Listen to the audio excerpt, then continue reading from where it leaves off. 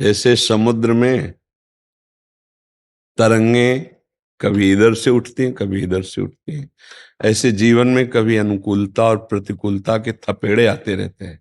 मजबूत रहना, डगमगाना नहीं। कभी अनुकूलता जनित यश और कभी प्रतिकूलता जनित अवहेलना की भी बात आ सकती है, इसमें मजबूत रहना। संतों का संग करने वाले में एक विशेषता होती है, वो जन साधारण से एक अलग होता है। जब उसकी प्रतिकूलता होती है और उसकी मुस्कुराहट में फर्क नहीं होता, तब लगता है ये आदमी क्या है, तब होता है सत्संगी है। ये संतों का संग किए है। अनुकूलता में हर्षित हो जाना और प्रतिकूलता में शोकित हो जाना, ये तो जनरल स्वभाव है।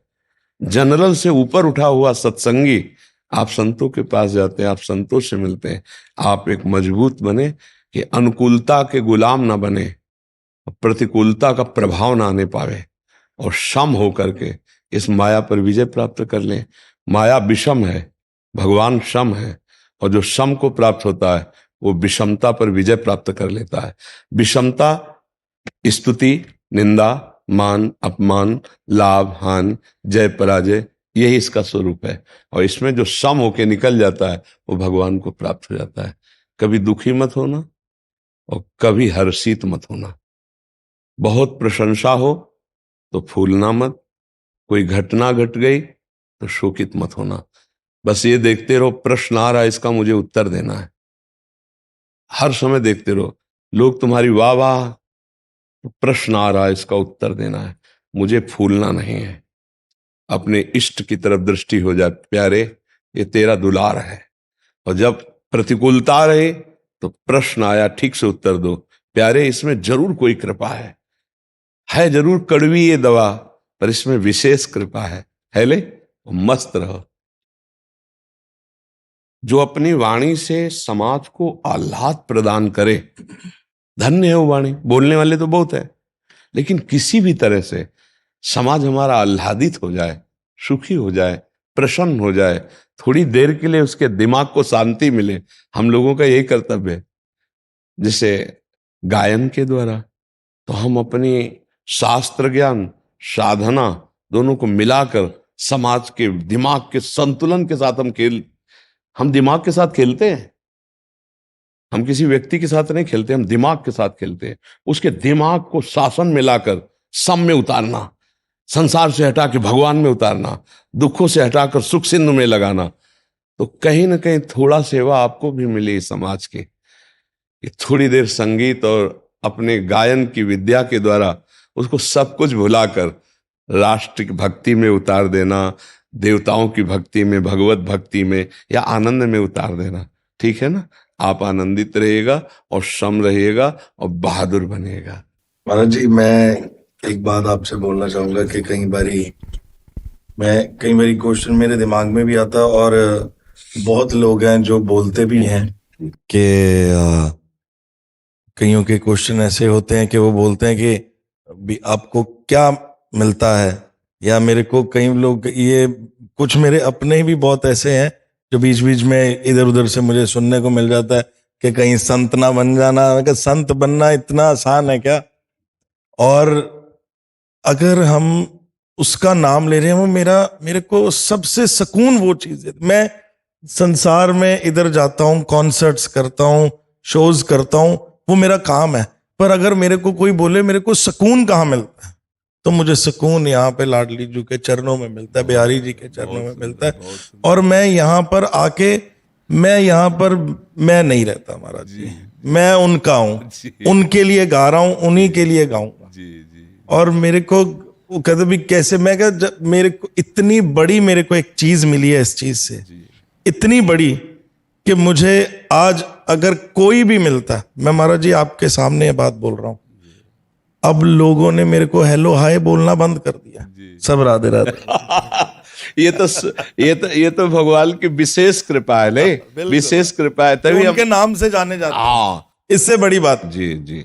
और सबसे उत्तम बात है कि आपने एक जो शब्द कहा कि मैं सब कुछ करता हूं, लेकिन मेरे विश्राम स्थली, मेरा विश्राम स्थल, सकून का मतलब मेरी विश्राम स्थली हाँ प्रभु के चरणार बिंद है, तो जीवन धन्य हो जाएगा। जीवन की अच्छा, साधुता का मतलब कोई वेश धारण करना ही नहीं है। देखो, वेश धारण और साधुता नहीं है तो काले नेमी भी हो सकता है, वो नहीं हो सकता है। और अगर आप पैजामा कुर्ता में, पैंट शर्ट में हो और आप साधुता के लक्षण से युक्त हो तो आप महात्मा हो सकते हो। देखो, महात्मा ही जगत का सुख संविधान करता है। आसुरी प्रवृत्ति सुख नोचती है दूसरे से, और जो दैवी संपदा होती है वो सुख देती है। कहीं ना कहीं आपके ऊपर भगवान की कृपा, दैवी संपदा का लक्षण है आप में, तो आप दूसरों को सुख दीजिए और स्वयं सुख का विधान प्रभु से लीजिए। और वो आपके अंदर है, आप कह रहे हैं ना, खुद कह रहे हैं, मेरे को सुकून मिलता है, अर्थात विश्राम मिलता है भगवान के नाम में, भगवान के चरणों में, या प्रियाजू के नाम में। और जब आपको सुकून मिलता है तो आपकी पहचान भी प्रियाजू के संबंध से होनी चाहिए। और वो हो रही, आप कहते हो हलो हाय बंद करके मुझसे राधे राधे कर रहे, ये कितनी बढ़िया बात हो रही है नहीं। और आपका भी परिवर्तन होना निश्चित है, क्योंकि जब आप साधु समागम करते हैं तो परिवर्तन निश्चित है। आपका खान पान, आपका रहन सहन, आपका व्यवहार ये बताता है कि आपके कदम दैवी संपदा की तरफ बढ़ रहे हैं। आसुरी संपदा का त्याग करके यही जीवन का लक्ष्य। देखो, एक दिन वो समय आने वाला है जहां आपके इस शरीर की सत्ता ही नहीं रहेगी। उस समय ये स्थिति जो विश्राम की तरफ, यही आपके काम आएगी। ले, देखो, आप देखो, अपने भारत में बड़े बड़े गायक हुए हैं, धीरे धीरे सब भूलते चले जा रहे हैं, कौन किसको याद कर रहा है। अब उन्होंने अपने जीवन में जो किया वो उनका फाइनल परिणाम, यहां तो हम ताली बजा रहे हैं, उन्होंने जो किया उसका जो उनको फाइनल परिणाम मिल रहा है, वो पता नहीं ताली बजाने वाला है कि रोने वाला है। आपको पता है कि ताली बजाने वाला यहां भी है और वहां भी है। क्यों? क्योंकि मैं राधा राधा रट रहा हूं। मैं महाराज जी, ये एक लाडली जी की कृपा है, और इतनी करुणा मैं इस आपसे बेहतर कौन इस दुनिया में जान सकता है। महाराज जी, मैं आपको बता नहीं सकता कि 360 लाइफ चेंज हो गई है ऐसे। वही कह रहा हूं कि दैवी संपदा की तरफ कदम बढ़ रहे हैं, बहुत कृपा है।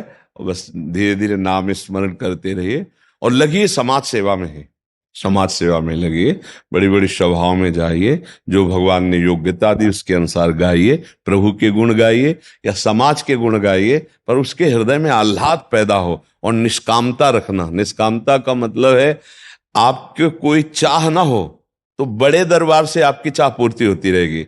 चंद रुपए कोई देकर हमारी चाह पूर्ति कर लेगा क्या? तो सब अपने आप में ही भिक्षुक हैं। आप देखो, चाह होना ही भिक्षुक है।